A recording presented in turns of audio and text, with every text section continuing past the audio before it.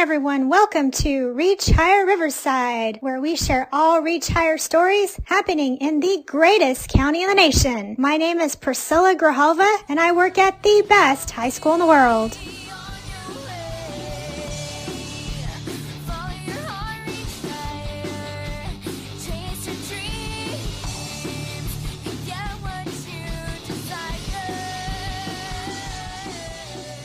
On today's podcast, we have an interview with Derek Francis. He's an amazing school counselor who's the manager of counseling services for the Office of College and Career Readiness for Minneapolis Public Schools. He also has amazing webinars on the Mesa Cloud website. I love talking to Derek today. We both share a passion for helping students, school counseling, and just loving people where they're at. Today there was an ASCA virtual town hall on racism in schools. Derek was part of that amazing panel. ASCA has mandated we do this work for a long time. It's our responsibility to understand where our students are coming from. This is not temporary work. Our profession was trained to do the work, and we should do the work. We have to actively work against racism in schools. In order to be ethical, we have to do the work. Carolyn Stone stated, "We can't walk into school in August as business as usual." Derek stated, "We are modeling for our kids. Know we all make mistakes. Model empathy. We need to listen, learn, and do the work." I also wanted to remind everyone there has never been a more important time to make sure everyone you know that is eligible to vote is registered to vote. We hope you guys enjoy this episode. Well, we'll go ahead and start. Derek, if you could introduce yourself and maybe talk about how you became a school counselor. Yeah, sure. Awesome. My name's Derek Francis, and I'm the manager of counseling services for Minneapolis Public Schools. I've been in this role for a little over a year, and I've been a school counselor total for 9 years. So I just finished year 8 and I'm starting year 9. And so that is a little bit about me. How I became a school counselor. Actually, my undergrad is in broadcast communications. I wanted to be a news anchor, actually. That's awesome. And I wanted to be a news anchor and cover sports. So I figured that would be kind of like my passion. I loved sports growing up. I loved watching Ahmad Rashad and different commentators. And so I was like, that's what I want to do. And during undergrad, I volunteered through a scholarship that I had earned with the Page Foundation. And so during my time volunteering, I just loved making connections with students. And from there, I was like, you know what? During my senior year, I had more excitement going to my volunteer site than doing my communications internship. And I was like, okay, there's something going on here. And so when I graduated, I started supporting an education company that had resources for high school counselors called Student Paths. And so I'd go out and deliver these lessons. And I was like, this is super fun. It's like I'm working with older kids now. And some of the counselors, they were like, you should go into school counseling. So long story short, I was like, sure, I love working with kids. I'm not sure how the communications, broadcasting career is going to go. Let me get my master's in counseling. And I fell in love with the program, and I fell in love with students just wanting to talk with me. My presence at a school, they're like, wow, there's a Black guy here, and they weren't used to seeing educators of color, and they're like, he's talking to me about college. And so many students would just gravitate towards my energy, my vibe, and my passion to work with them. So started at North High in Minneapolis once I graduated. Loved it because it's right here in the city that I grew up in. And then I went to Champlain Park High School, where I went to high school at. And then now I'm back in Minneapolis. Oh, that's awesome. And the communications helped because you're great with leading your webinars and everything that you're doing to help school counselors. Yeah. Can you talk about what it's like growing up Black in America? Yeah, it is unique. It's so much about just understanding the messaging that comes in. For me, as an African-American man, Black male in America, be mindful of the historical pieces, so the historical messages that are out there. For me, I was blessed with having parents that really pushed me to understand that I have value and worth, and that I need to work hard because they were hard workers. And so I had to make sure to listen to that voice and narrative and and upbringing, but also balance out the times where I'd see messaging around people of color not feeling the most supported or cared about, or dealing with microaggressions in school or in the community. So it's that balance of, goodness, I have this awesome upbringing from my parents, but also I see realities of discrimination in school, or seeing my colleagues or peers that don't feel supported by the education system. So that's the dilemma, and that's the part where I see a real impact with educators, where we can reach in and step in and support students that feel marginalized.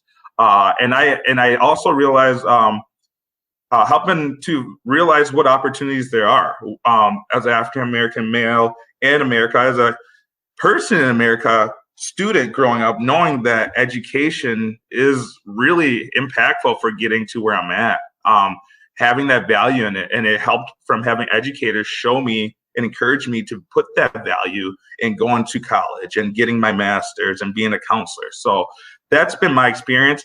I definitely am aware that there's a lot of microaggressions and struggles that people face, but I really want to do the work and see counselors as doing the work to encourage them to push through. Yeah, we got a ton of questions from our listeners, so we're going to go down the list. Cool.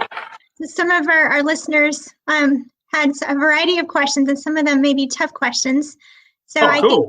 I think they're great. So I think it's important that people understand these questions, and some of them were even questions that I wrote up because I wanted to learn too. Great, awesome. So what is the definition of racism?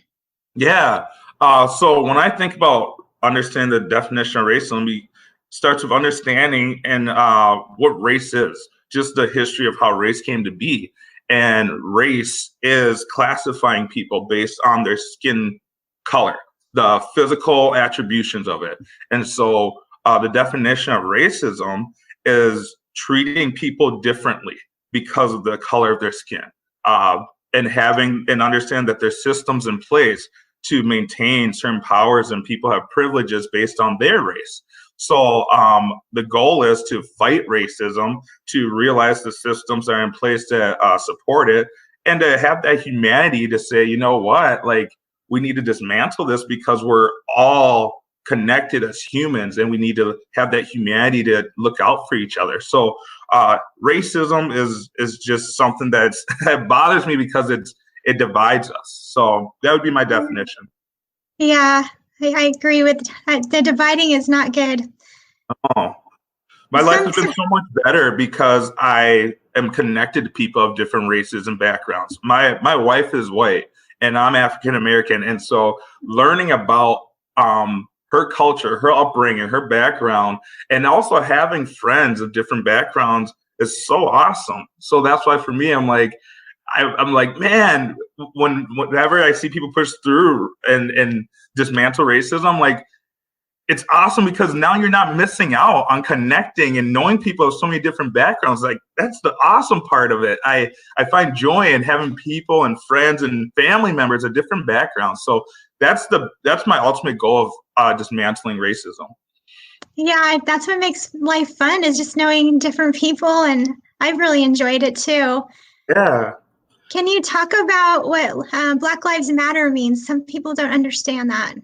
Yeah, and I'm glad you asked this question, because I know some folks, when they hear Black Lives Matter, they take it sounds like, oh, like, well, why are you amplifying Black Lives Matter? Why not say all lives matter? And I think we have to be mindful that all lives do matter. All people matter. Every human matters. But and understand the historical pieces of it in our country, all lives have not always mattered equally. We've had in our country times where systemically certain lives were valued more than others. Certain lives were able to vote and their votes counted fully. Certain people's lives were enslaved. They didn't have a choice of where they worked. They were brought here against their own will. So that saying Black Lives Matter shows that, you know what, we need to amplify the Black lives that are still experiencing a lot of harm and hurt and disparities, because those lives need additional care and support right now. And also for folks who struggle to understand Black Lives Matter, I really encourage you to have a conversation and be humble and have empathy and ask someone who says Black Lives Matter to share with you some of the situations they've been in, some of the hurt they felt, because I think having that empathy and listening will help people say, oh, now I see why you feel it's important for us to say Black Lives Matter. So then you'd say, okay, now those are the struggles of reasons why you're sharing this, because there's some real hurt there. And so that's what I feel around Black Lives Matter. Yeah, and it's true. I've been learning a lot about it too, and I really appreciate you sharing that. You started these amazing webinars, and I've watched them. Can you talk about how that got started? Yeah, webinars. Well, I shared earlier, I love having a background in communications, and I lead a team of school counselors in Minneapolis, and our team is amazing. I love our group. The best group of team members I've ever had. And working with a school counselor in Minneapolis, I wanted to send out updates for how to support students. And we're in distance learning, so I wasn't able to do the professional developments in person. So I was like, well, how about I have my notes for the ones I wanted to do. How about I just record it and send it out to my team? And so it started by recording professional development. And then from there moved into wanting to be timely, because I kept hearing from other counselors and counseling organizations that with COVID coming up and with the Ahmaud Arbery situation, and then with George Floyd, people were like, goodness, what do I do? How can I respond? And it helped to address some of that silence, because I know folks were like, I just need some guidance. And so I figured a way, and it's awesome using technology to say, well, how about we share these professional developments in the spaces where people need it? And so I was thankful to have the background and knowing how to present, and I love doing that kind of work, and also hearing what counselors needed. So from there, I just listened to the needs of school counselors and put together some helpful tips so that you don't feel as stuck. You have a starting point.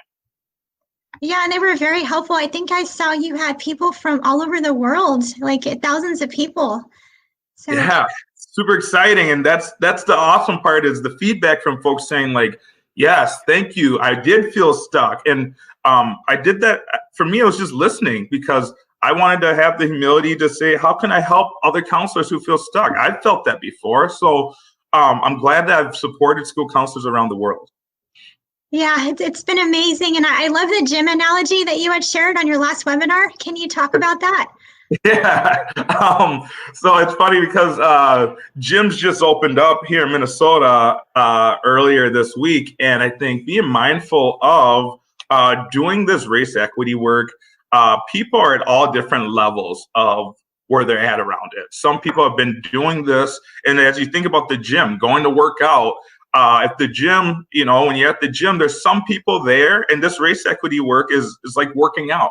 Some people are there and and especially if you're from an underrepresented population, you've been doing these workouts. You're familiar with it. You're in shape. You're running millions of miles and you're good.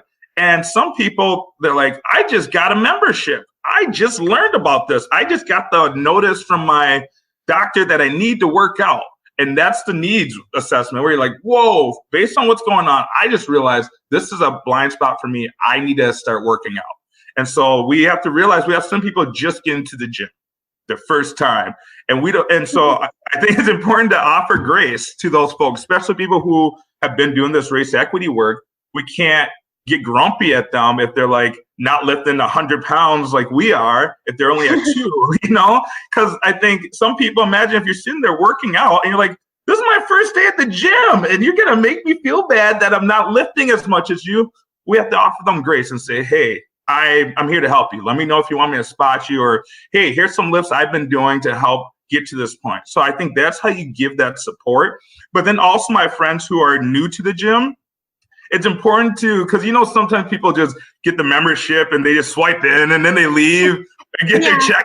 And they tell people they have a gym membership and they don't go. I go to the gym. Yeah, I go to the gym, but you're like, do you really go to the gym? Come on, be honest. Like we see you just swiping, and then you're not doing the lifts. You're on your phone. You're watching the TV at the gym. So my folks who are new to the gym, I encourage you to start doing the workouts, baby steps.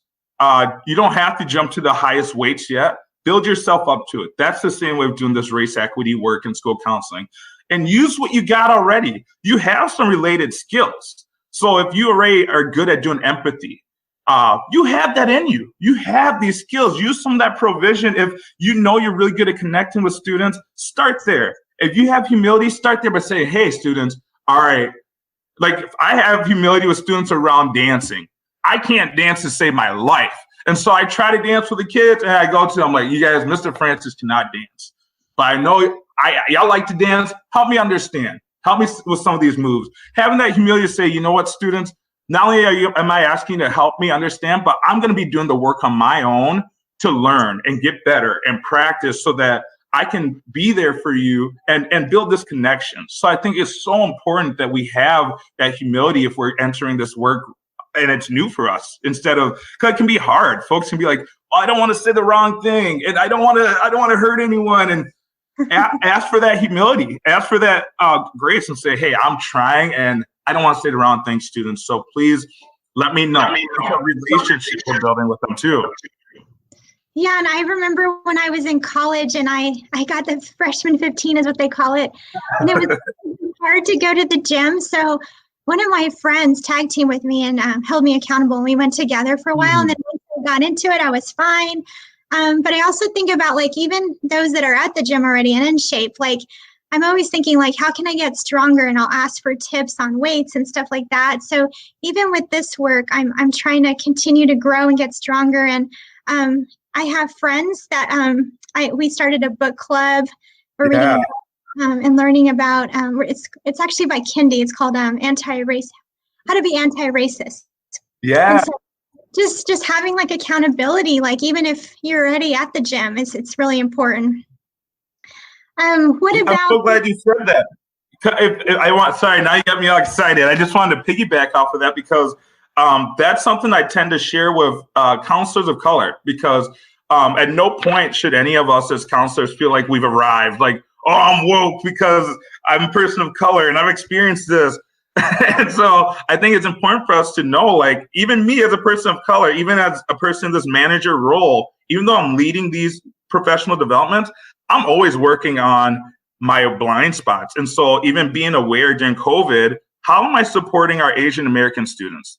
They have been experiencing discrimination because of COVID-19 and Asian American. And so how am I learning more about what that discrimination feels like and learn about other groups who have been marginalized, not just thinking about African American people in our history, but how can I learn about other people who are experiencing these same hurts instead of just staying content, like, oh, I get it from my folks, or I get how to do this work. I can always dig deeper and grow and understand how to support other populations. Yeah, that's very true. Can you talk about going from ally to accomplice? Yeah. I think it's important to think about it and making that transition. And I think there's a lot of folks where it is, it's easier to begin as an ally because it's where you have, and especially I know some folks want to have the tools. Tell me what to do. And it feels, again, like a checklist where you're, okay, this race incident happened at school and I gave students some handouts about support. I posted on my social media that Black Lives Matter and we need to do better. And that's doing some ally work where you're, doing some of that, like, yeah, like I'm standing with this. But I think moving to the position of being an accomplice means putting yourself in the work. How are you showing up and being alongside? How are you doing it with me? So not just telling students like, hey, there's some groups coming up that you should join maybe. You need to host those groups. Invite students into that space. You create the space for students to come and share what's going on. You initiate the conversation with your colleagues to say, hey, we need to talk about what's going on in the news. I want to make sure we're creating this space for our staff. Help me understand what's happening here and help me so that I can grow and support you all here. I think putting yourself in the work means being an accomplice. And then also, as you're moving forward with push and work forward, be the one to say, you know what, I'm not going to say, yeah, we need to do more lessons and stuff like this around this work. You're going to actually say, you know what, let's calendar it. Let's lead it. How can we bring people together to do this work and be in the work? So I think that's the position we have to move into, because then it helps shoulder the burdens for people of color. Because myself as a person of color, I get kind of, there's times where I get in my own head, like, am I doing too much? Are people going to think I'm like the angry Black guy trying to bring up all these race issues? And so seeing accomplice with me, where I'm like, oh, you brought that up. Thank you for doing that. You feel like they move from just saying like you have a seat at the table or they're inviting you in. They're like, no, like I invite you to join. Like, I want to do it with you. We're a teammate, not just you be here and do the work. Like, I'm in it with you. We're doing the work. It feels like a partnership. Yeah, you should create a Black Lives Matter accomplice sticker. I would totally put it up in my office. That'd be fun. I haven't thought about that. I have a friend who's an artist. I'll ask him, because and if anyone out there is an artist, I would love to connect. I think that's how we move this work forward and get the messaging out around how to do it. Yeah. Can you talk about what does anti-racism school counseling mean to you? Yeah. Oh, so I'm learning, and I feel like I've been doing the work, but I also I'm learning the actual term. And so for me, what it looks like in school counseling, some of this are things I've done. I'll start with that, and then some of the things I dream of it looking like moving forward. So the things that I've done around anti-racism and school counseling is making sure that we have conversations and have lessons in our comprehensive school counseling plan to talk about race, to talk about racism, to talk about what it feels like, and talk about the history around it. I think we have to be mindful that we need to have space to have these conversations in school, and to have students understand the systems that are in place that cause racism, but then also teach the skills to have students be in the position to dismantle it, call it out, address it, and have conversations when they see it. And so some of the lessons that I've done has been, for instance, during COVID-19, I created a lesson where I share with students the history of why people are discriminating against Asian Americans and the history of discrimination during pandemics, but then also talking about what it feels like for our Asian American folks. So you're including the empathy piece, and you're talking about, this is what racism looks like. Here's what it feels like for people experiencing it. And then I push students to share, how do you combat it? That's the anti-racist part, where you're saying, how can we have students learn the social emotional skills to dismantle racism? And it is a social emotional piece, because the way students, your race is your identity. And the way you've identified, that's a huge part of who you are. It impacts how you navigate the world socially and how you feel emotionally. So it falls on us as school counselors to do that social emotional work. And the anti-racist piece is showing students, here's how you can have conversation about race and support your friends of color, and feeling like, in knowing that you don't want racism to keep going on. You're going to call it out. You're going to step up against the systems that are in place. You're going to have conversations with your other white peers and say, hey, that's not right to say that. I know people of color that don't really like hearing that, and it makes them feel bad. And I don't like the way that feels. Helping students develop that skill. And I think we as school counselors can help them. Just like we tell them strategies for eliminating bullying, we need to do the same strategies for eliminating racism. Yeah, I'm excited now. I'm like, I want to do a lesson. I know, it's so true. I wish we were at school right now. Even though we're on break. I'll send you some of the lessons, because I get so pumped, because it's fun hearing students have the conversations. One of the most intense lessons I did this year was at Patrick Henry High School, and we talk about the power of words. And we had sometimes what we know is, now I'm getting off topic, but I love this. This is my favorite lesson. Go ahead, Derek. It's all right. So students of color, I was having a conversation with them around, there's some students that were saying, like, they get upset, or there's been fights because someone will post on social media like the N-word, or they'll post other derogatory racist terms. And so I said, well, let's do a lesson about that. And so we did a lesson where we watched a video where someone on in the news media said to their co-host a really messed up derogatory term. And so I paused it there and we talked to students about, have you ever had an experience where someone said something racially insensitive to you? How did it feel? How did you want to react? How did you react? And help them understand the thought process when you have race incidents happen. And so also in that moment, showing about how do you handle it? If you're someone who caused that hurt, how do you say, you know what? I made a mistake. I'm sorry. I need to tell you sorry. So it teaches students how to work through race incidents. And I think that's part of doing anti-racism work. You have to teach kids how to handle when you have race incidents come up. We have incidents come up around race all the time because we're starting to figure this out, how to blend it and really integrate as a country. And so we have to offer people grace when they mess up. I've messed up before. And so we have to teach people how to say, you know what, I'm sorry. I shouldn't have said that. That was really insensitive. And we need to be mindful and say, hey, I'm going to do better. So I really think that's all a part of doing this anti-racist work. Yeah, I would love to see the lesson. So please email it to me. I'll send you a reminder. Hello. Can you talk about code switch? Yeah, code switching. Oh yeah, I didn't see that question there. I'm glad it is, because code switching is one of those things that that is really unique. And I have a conversation. I'm pretty sure I have a lesson on that too. I'm that kind of like, I love conversations with students. I love turning into lessons, so it could be bigger conversations. But code switching is that dualness. That dualness as a person of color to know how to navigate society, especially predominantly white spaces.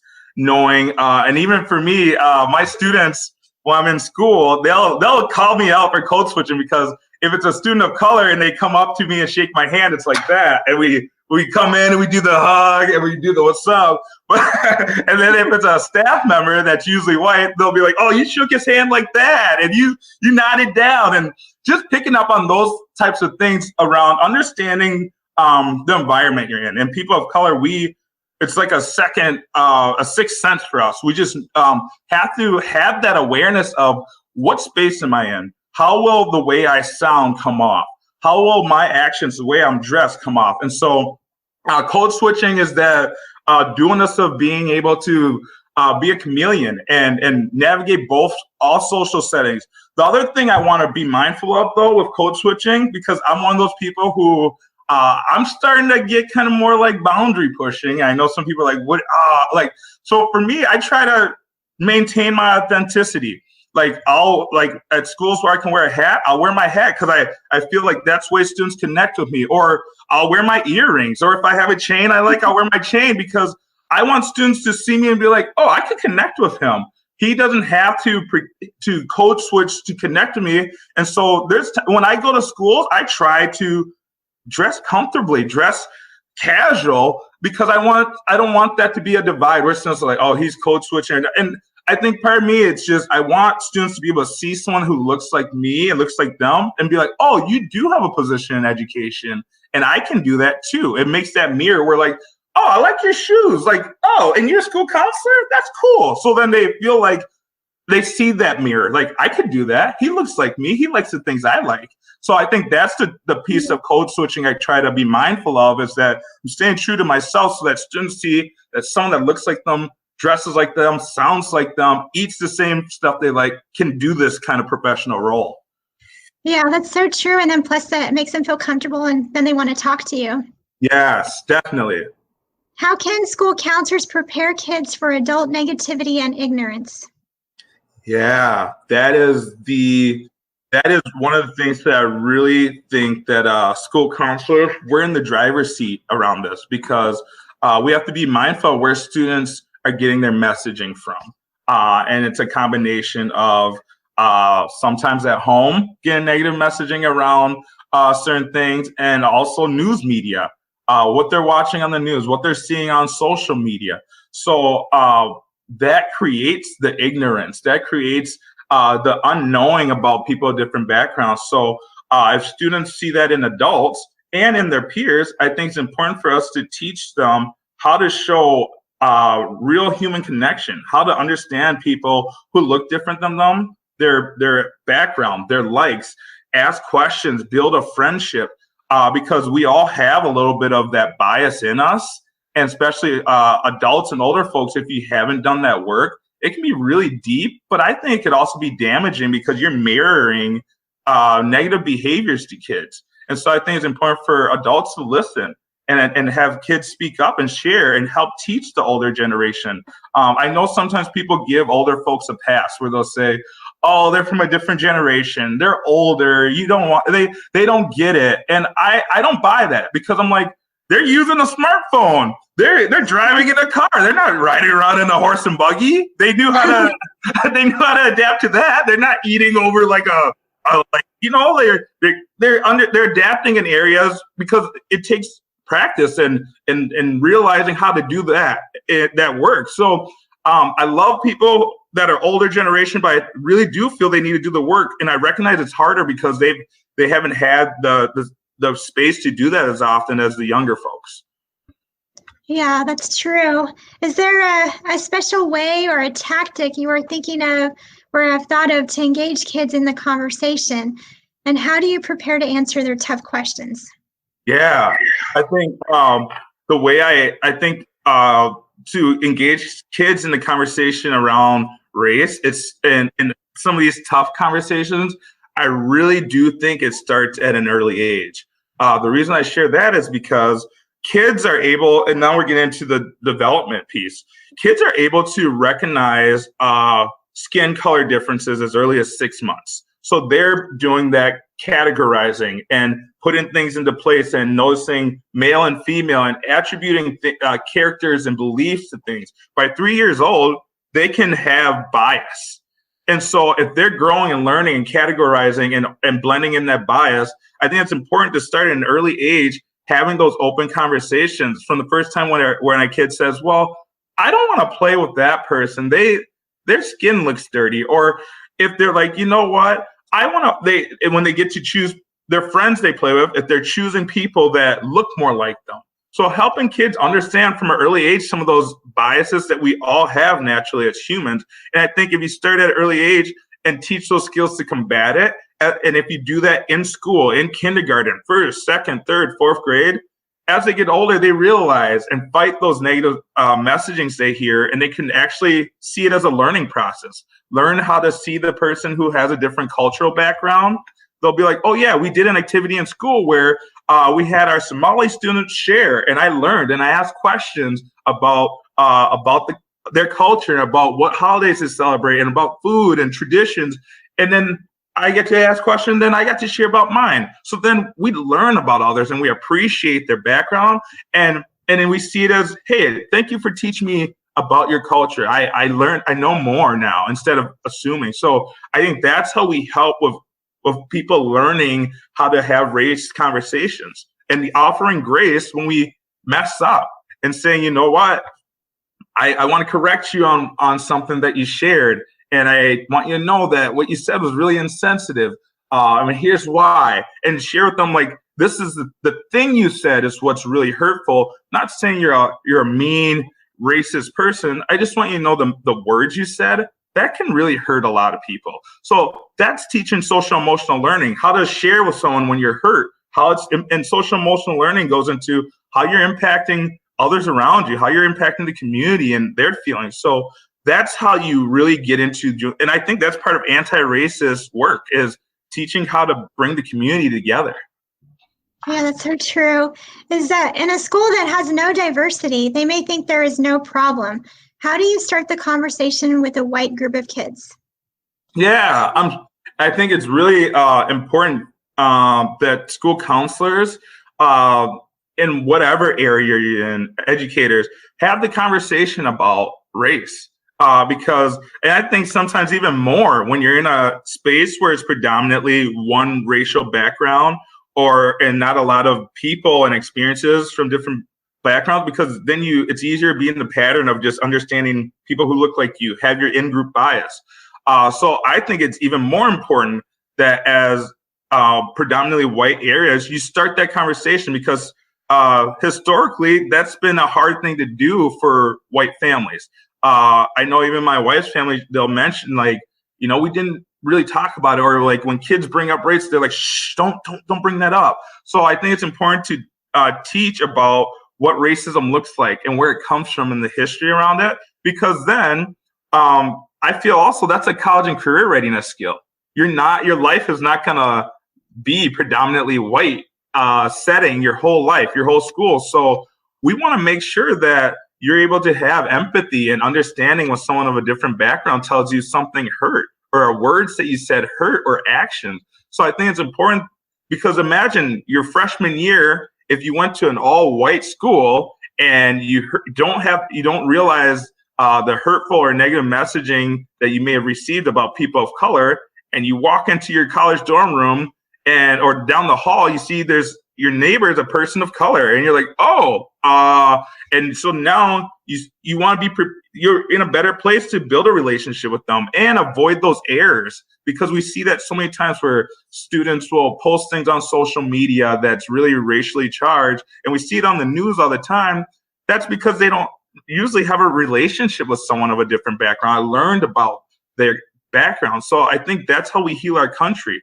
People have more of an understanding if they build relationships with people cross-culturally, but also learn about their cultures. If you're not in that area, learn about it actively, so that you can have that humility to say, I know what hurts, and I want to make sure that I'm hearing you so I don't cause that same hurt. That's humanity. Yeah, it's so important to be a lifelong learner. That's really important in our work. Can you talk about appropriate and inappropriate ways to advocate? Yeah. And when you say advocate, are you thinking advocate for doing anti-racist work, or advocate for school counseling? I want to make sure I address it head on. I believe the question was how to advocate for anti-racism, because I know a lot of people want to help. And so sometimes before they think, they tend to advocate in inappropriate ways. So just making sure that we're all doing the work and helping out at the best way we can. Yeah, I think for doing the advocating kind of work, it begins with being mindful yourself. Like, where am I at on this? How can I make sure that I'm growing in myself and humility to do this work? And so then I think having people that are accomplice with you, are people that are in your building where you're like, okay, I can tell this is a passion of someone else here. And hopefully your school and your school district leadership team has that as a statement, as a anchor in their development of their counseling program. So as you're doing, and I'm getting ASCA on you guys, but as you're doing your foundation, your beginning of your ASCA, make sure you're putting it in your mission and vision that you want to support students of all different backgrounds, that equity is an important factor, because then when you're doing that proactive work of talking about the things you're going to do, it ties right into your vision and mission. So then also making sure that you're sharing that with your leadership. So when you do your counselor principal agreement, you say, hey, this is a priority of ours, and it's part of our district's mission and our counseling department's mission to do more intentional work around equity. And so these are the things we're going to do this year to address it head on. And so that way, if your district has it out there, your department has it, you are taking that initiative and you have the backing. And so it can be uncomfortable, but letting them know, hey, I know that some of this is new and might be uncomfortable for some folks, but I really want to do the work. I want to be proactive in it. And so I think it really starts with doing that, but then also being intentional about having it as part of your comprehensive school counseling plan. So showing how race equity is impacting students. Your work can impact students with academically, social emotionally, and college and career readiness. And then also use your delivery systems. Make sure that you're doing classroom lessons. Make sure you're creating small groups and you're intentional about your individual counseling sessions to do this work. So that's the way I think as school counselors, we can really get started by staying true to our ASCA foundation.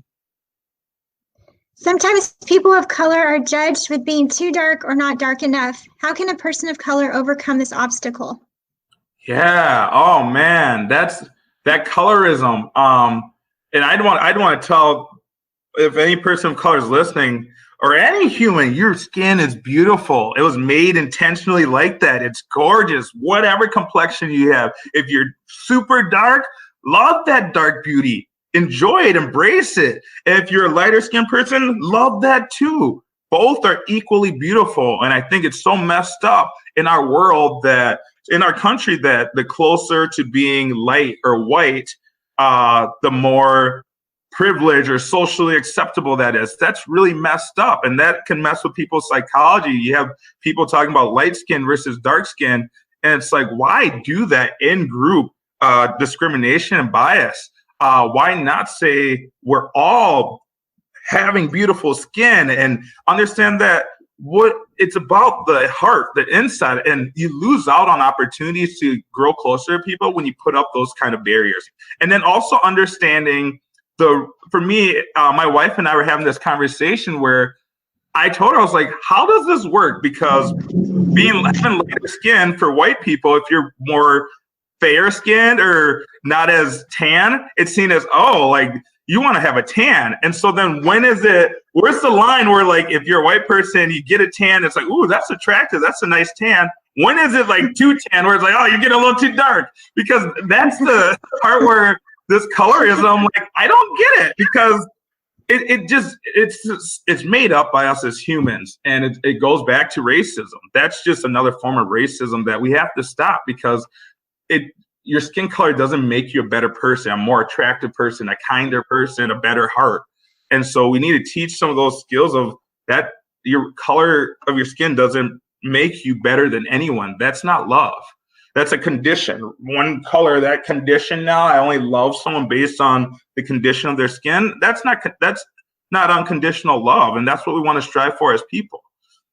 Yeah, I have some distant cousins in Mexico, and you might think like, oh, well, they're not from Mexico because they have white skin, blonde hair, blue eyes. So a lot of people might judge them on that. So, I mean, this is very, very helpful, and I appreciate you saying that. Because I think no matter what color your skin is, it is beautiful, and people need to own that. Yes, yeah. And I think part of doing the anti-racism work is talking about colorism, because I know growing up, I'm a darker skinned person, I think. I don't know. Like, I think I'm me. I like the color of my skin. It's chocolatey. So, I'll just say I'm Godiva. That's what, if someone's gonna pick, I'm like a Godiva milk chocolate. And so I think it's important to talk to kids about that, because I think some, especially darker skinned women, sometimes get that messaging that lighter skinned women and their other features in the hair is what's attractive, and that they need to strive to that. And that can be really damaging emotionally. So I think it's important, as we're doing that development and identity piece of understanding your self-worth, is realizing whatever tone you are, it's beautiful. And I think that's not always the messaging that some of our young adults hear. How do school counselors deal with being the only advocate for Black lives in their school? Yeah, and that can be challenging. And so I know over the past couple of weeks, I've heard that from school counselors across the country, where they're like, I'm the only one here doing that work. I'm struggling. It's hard. Admin's pushing back. I think it's really important to, first of all, come back to the gym analogy too. Some folks maybe just got their membership.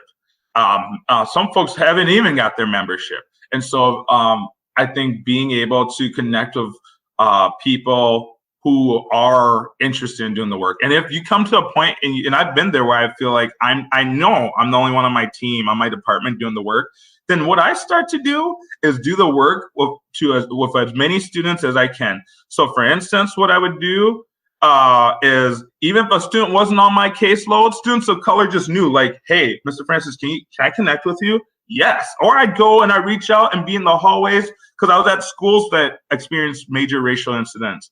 And then the students of color would be coming to me, even though they weren't on my caseload. And so I think that's the way to still do the work. Even though there's boundaries, that doesn't mean they can limit you from which kids you can connect with. If you have a connection with kids, connect with them because they still need that support. So oftentimes, as one of the few people of color in buildings, I would find myself supporting students that weren't on my caseload, and that's what we do. That's how you do the work. And then also, if there are any people in other departments, anyone that wants to do the work, it doesn't have to be a person of color, but if it is, awesome. You bring them in and say, hey, if you have kids in your class, or hey, let me know if I can come by your class and talk and do some of this work, or how can I partner with you in your social studies class? And I've done that in schools where I'm like, hey, in your social studies class, let me know if you want me to bring up some stuff or we can partner on some things. I think find ways to connect with whoever wants to do the work. How can you align it with the work they're doing? Even math, there's a math teacher at Champlain Park where she did a math assignment around the racial wealth gap. And she was like, I want to do an equity lesson. And I can share that too, because that lesson is amazing. And I came in there and I talked about my experience with race and my family's background with accumulating wealth and what it looks like. And then she shared about her family and how she has the generational wealth. And that's how you do the work. That's how you partner with people. She's a math teacher, but she created space in her curriculum for us to do this work. So I think we got to get a little creative, reimagine what school counseling looks like. That's how you can do a classroom lesson. And then she was talking about kids I never knew wanted to talk about race. I'm opening that opportunity where she was like, kids are coming and they want to follow up about that, or they talk to their parents about it. So that's just creating those opportunities. They're there and everything. Yeah, I love that because it really is a team approach on your campus. And it should be that way. Definitely. How can we address fatigue with Black educators and students during this time? 'Cause I know it's got to be exhausting. Yeah. Oh my goodness. That is so true. That is one of the things that we have to be mindful of, because this is emotionally hard, and understanding how trauma works for a lot of people of color. I can't speak for all. This isn't the first time we've seen race incidents that really trigger us. For me, here in Minnesota, we've had this happen at the macro level where it's with police or law enforcement, like Philando Castile, Jamar Clark. It goes on here, but then also in our schools. I've been in schools that have had major race incidents where a student posts something and it makes it to social media and it hits the news. And so it brought back all those triggers for me. So it's important that we take care of ourselves. You have to find some affinity spaces where you have other colleagues, and it's colleagues to support you. It can be colleagues of color, or it could be just colleagues that you trust. But I think it's important to find those spaces, those people that can carry it with you, because it gets hard. And if you keep it in, especially if you're in a school environment, it's going to get harder, because if you keep seeing, if you're on the team and people still don't understand or bring it up, it can be really hurtful. So it's important to just find people to support you and create those spaces for students so that they don't have to carry the burden by themselves. We're talking about police. One of our listeners wanted to know, what atmosphere does a police presence on a school campus bring, and what ways does it negatively impact students of color? Mm-hmm. And it's interesting because for me, growing up, I didn't meet a police officer that I knew and was cool with until I started working at North High in Minneapolis, and he was the school resource officer there and the football coach. And so I think it comes back to the relationships. I had really negative views and relationships with police officers prior to my time working in a school that had a police officer. Also, the police officer in our school, he's amazing. He is the best school officer I've ever seen. He coaches the football team. Kids love and adore him. He's from the community. And so he has that natural built-in trust. So that's the beauty of having a police officer like him. He helped me as an adult build my trust in the police. I think that's something the police departments have to do. They need to do that work, because right now there's a lot of distrust with law enforcement. And I understand that pain that kids have. So what I share with them is, how can we get them connected with positive police enforcement? And I think that's one of the biggest next steps Minneapolis has to do, because right now the whole world has watched a Minneapolis police officer put his knee on someone's neck for 8.5 minutes. That's you got to build the trust back from that. And it's going to have to be intentional. And you can't blame people and kids for feeling that hurt.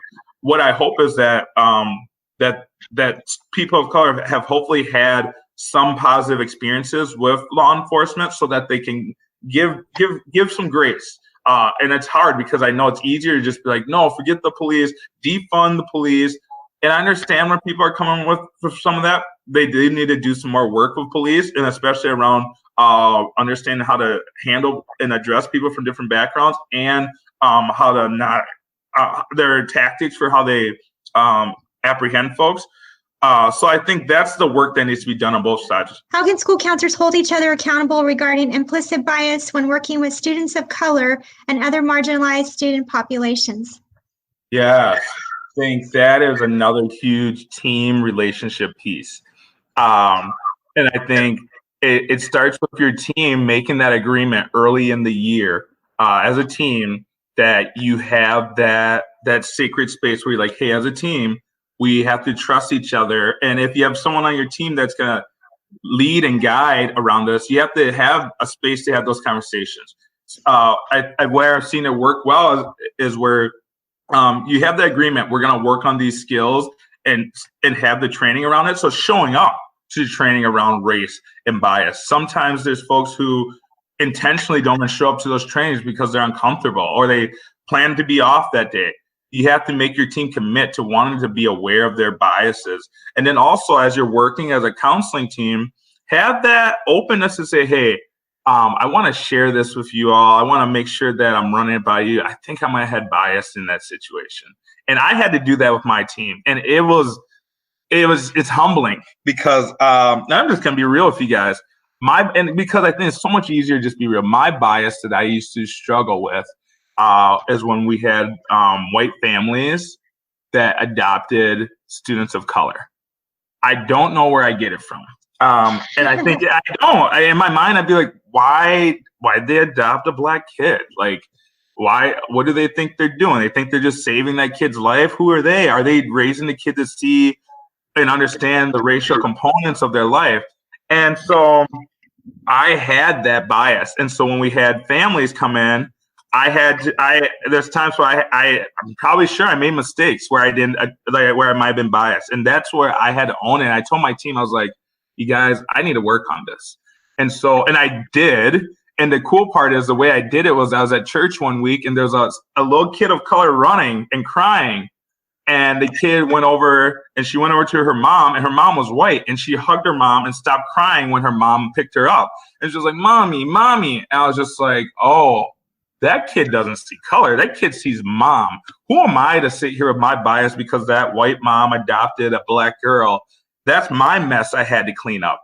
And from that point, I was like, that girl felt love. She didn't, and who am I? And so I think we have to do that kind of audit of ourselves ongoing to say, hey, I have some bias I got to work on, you know? Yeah, and that's I think so true. accountable. Yeah. Yeah. And I know in California, a lot of lawmakers have been working hard to make ethnic studies courses a high school requirement, and some districts are already doing that.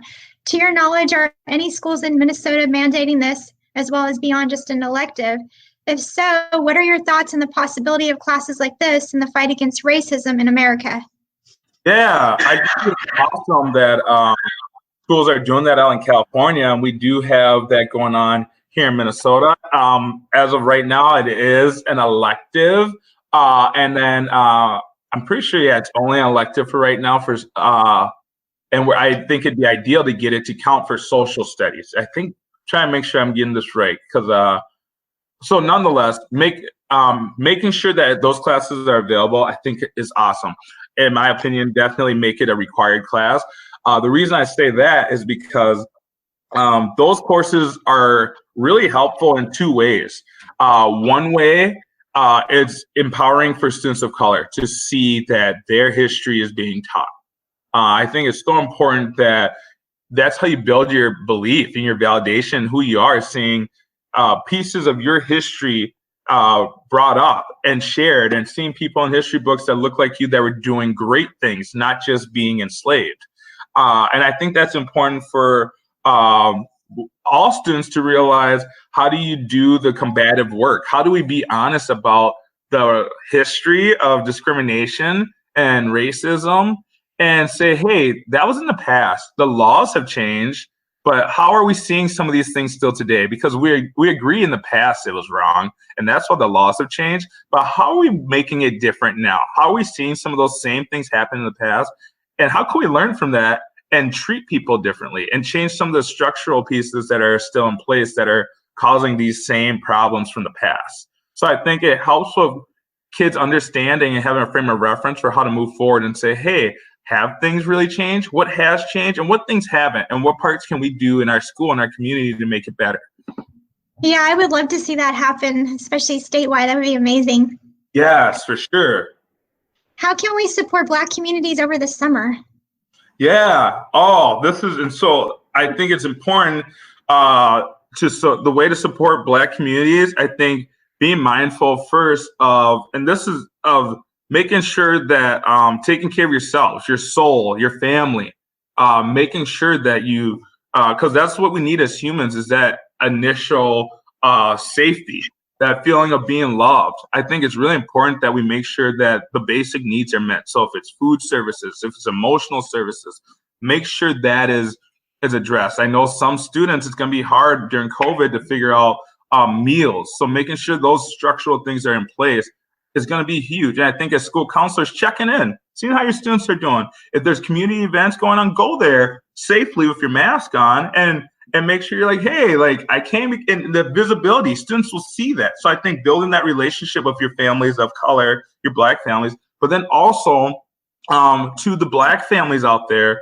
I think if we're gonna be really intentional about supporting ourselves, lifting our community, and doing real Black Lives Matter, we need to do it consistently. We have to make sure we're educating ourselves. We need to make sure that when we're in school, we're encouraging each other and saying, hey, let's, and because I love having peers of color that will say, hey, I'm holding you accountable. I'm there with you. Pass your classes, man. But did you do your homework? I think we have to make sure we see Black Lives Mattering as doing that kind of accountability work to say, I know you're smart, and build each other up, not just show up when we have negative things happen to us, but see it as an actual movement where you're encouraging people and you're saying, hey, I heard that you need a job. How can I help you find a job for this summer? How can I help you find an internship? How can I help you with a college application this summer? What resume things you can do over the summer? That's how you improve yourself too. And we can't sit and just say, oh, things are happening to us. We're in a position where we can go ahead and fill out applications, do enrichment stuff so that you're ready for when school starts. You're going to be 5 months out of being in the classroom. Make sure you're picking up a book or reading over the summer. What is your why for this work and what makes you strong? Yeah, my why for this work, I have a faith base where I feel called to just love people of all backgrounds and try to just share that messaging, because I feel that really helps with bringing people together. I love racial reconciliation. I've seen how beautiful it is in my own life, in my own family.